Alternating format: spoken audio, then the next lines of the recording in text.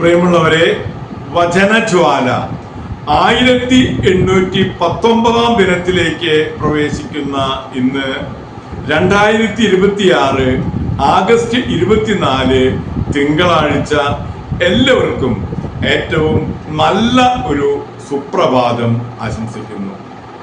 ഇന്നത്തെ വചന വായനയിൽ ഹോശയ്യയുടെ പുസ്തകം 12-ാം അധ്യായം 1 മുതൽ 14 വരെയുള്ള തിരുവാക്യങ്ങളാണ് നാം ഇന്ന് ശ്രവിക്കുക. ഇസ്രായേലിന്റെ പാപങ്ങൾ. എഫ്രായിം കാറ്റിനെ മേയ്ക്കുന്നു, ദിവസം മുഴുവൻ കിഴക്കൻ കാറ്റിനെ അനുധാവനം ചെയ്യുന്നു. അവർ വ്യാജവും അക്രമവും വർദ്ധിപ്പിക്കുന്നു, അസീറിയയുമായി ഉടമ്പടി ചെയ്യുന്നു, ഈജിപ്തിലേക്ക് എണ്ണ കൊണ്ടുപോകുന്നു. കർത്താവിന് യൂദാക്കെതിരെ ഒരു ആരോപണമുണ്ട്. യാക്കോബിനെ അവന്റെ മാർഗങ്ങൾക്കനുസൃതമായി അവിടുന്ന് ശിക്ഷിക്കും. അവന് പ്രവൃത്തികൾക്ക് തക്ക പ്രതിഫലം നൽകും. ഉദരത്തിൽ വെച്ച് അവൻ സഹോദരന്റെ കുതികാൽ പിടിച്ചു. പുരുഷപ്രായമെത്തിയപ്പോൾ അവൻ ദൈവത്തോട് പൊരുതി. അവൻ ദൈവദൂതനോട് പൊരുതി ജയിച്ചു. കരഞ്ഞ് അവന്റെ അനുഗ്രഹം യാചിച്ചു. ബഥേലിൽ വെച്ച് അവൻ ദൈവത്തെ ദർശിച്ചു. അവിടെ വെച്ച് ദൈവം അവനോട് സംസാരിച്ചു. സൈന്യങ്ങളുടെ ദൈവമായ കർത്താവ്, കർത്താവെന്നാണ് അവിടുത്തെ നാമം. ആകയാൽ നിന്റെ ദൈവത്തിന്റെ സഹായത്തോടെ നീ തിരിച്ചു വരിക. നീതിയും സ്നേഹവും മുറുകെ പിടിക്കുക. നിന്റെ ദൈവത്തിന് വേണ്ടി നിരന്തരം കാത്തിരിക്കുക. കയ്യിൽ കള്ളത്തുലാസുള്ള വ്യാപാരി മർദ്ദനപ്രിയനാണ്. എഫ്രായിം പറഞ്ഞു, ഞാൻ ധനവാനാണ്, ഞാൻ എനിക്ക് വേണ്ടി ധനം സമ്പാദിച്ചു. എന്നാൽ അവന്റെ സമ്പത്ത് എല്ലാം കൊടുത്താലും അവന്റെ തിന്മയ്ക്ക് പകരമാവുകയില്ല. നീ ഈജിപ്ത് ദേശത്തായിരുന്ന നാൾ മുതൽ ഞാനാണ് നിന്റെ ദൈവമായ കർത്താവ്. പഴയ നാളുകളിൽ എന്ന പോലെ നിങ്ങളെ ഞാൻ വീണ്ടും കൂടാരങ്ങളിൽ വസിപ്പിക്കും.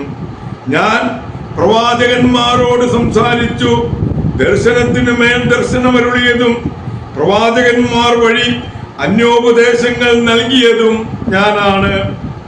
ഗിലെയാദിൽ അകൃത്യമില്ലേ? അവർ ശൂന്യതയിലാഴും.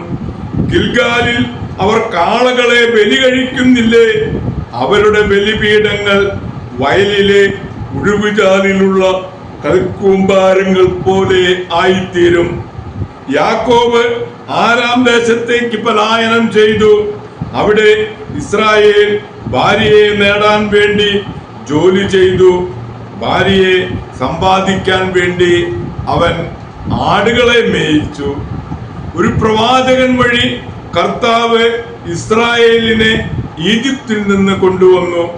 ഒരു പ്രവാചകനാൽ അവർ സംരക്ഷിക്കപ്പെടുകയും ചെയ്തു. എഫ്രായിം കഠിനമായ പ്രകോപനമുണ്ടാക്കി. ആകയാൽ രക്തത്തിനുള്ള ശിക്ഷ കർത്താവ് അവന്റെ മേൽ ചൊരിയും. അവന്റെ നിന്ദനങ്ങൾ അവനിലേക്ക് തന്നെ തിരിച്ചു ചെല്ലും.